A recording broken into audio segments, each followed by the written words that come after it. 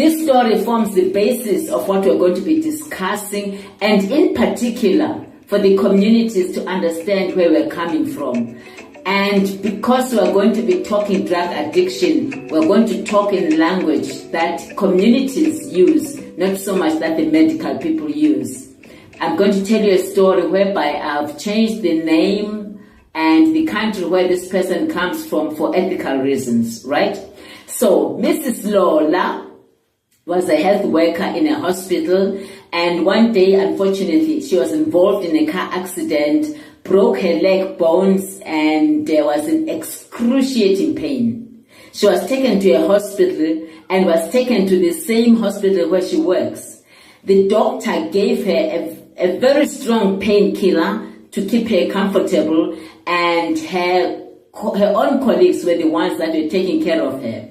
So second day, the doctor came round on the doctor's rounds and gave Mrs. Lola the same drug as yesterday and the same dose. Now, let me stress right there that what the doctor did, he diagnosed the correct drug for the condition of severe pain. He diagnosed and gave Mrs. Lola the right dose, right? And did that legally and ethically.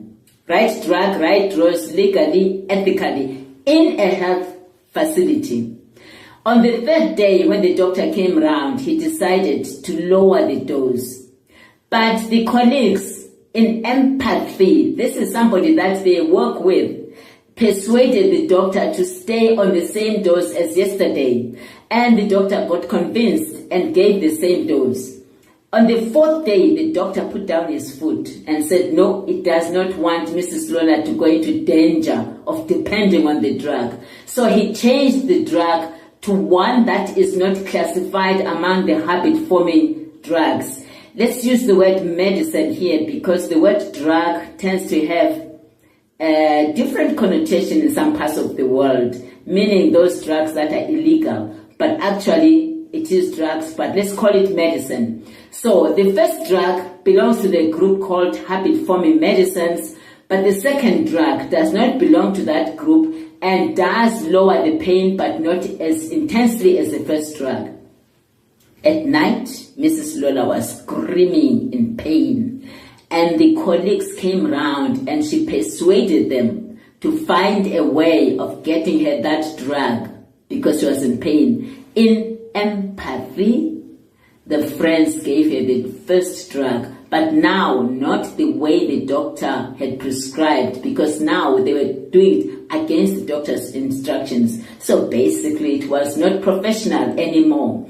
And for the 5th, the 6th, and until Mrs. Lola was discharged on the 10th day, she was getting the doctor's drug and the friend's drug, the first one that she was getting.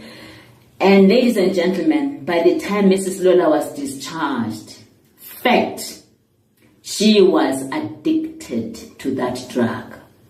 When she got home and the drug was cut off suddenly, Mrs. Lola went into what we call withdrawal symptoms, sweating, going into spasm, her muscles were kicking away, her heart was beating heavily, she was breathing uncomfortably, and Mrs. Lola wanted that drug that she had access to. So for now, let us just leave it there. Let's pack it there. And in the next video, let us pick up what then happens to Mrs. Lola and what went wrong and how can we help Mrs. Lola. So for today, think about it and let's meet at the next video. It needs all of us.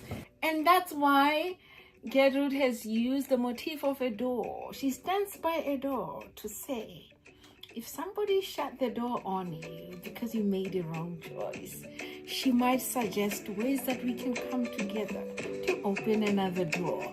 I'll see you shortly. And thank you for your support.